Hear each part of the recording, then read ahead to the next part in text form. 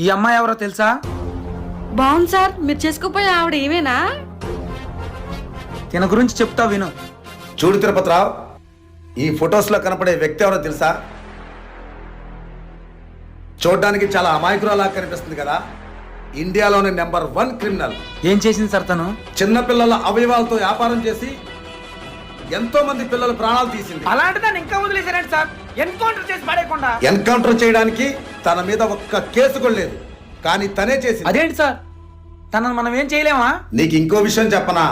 మన ఇంటెలిజెన్సీ రిపోర్ట్ ప్రకారం ఫ్యూచర్ లో తన మీద ఎటువంటి కేసు రాకుండా ఉండడానికి మన డిపార్ట్మెంట్ లోనే ఒకరిని పెళ్లి చేసుకుందామని ప్లాన్ చేస్తుందంట. మరి మన నెక్స్ట్ స్టెప్ ఏంటి సార్? ఏముంది, అన్ని పోలీస్ స్టేషన్స్ కి తన ఫోటో పంపించి అలర్ట్ గా ఉండమని చెప్పు.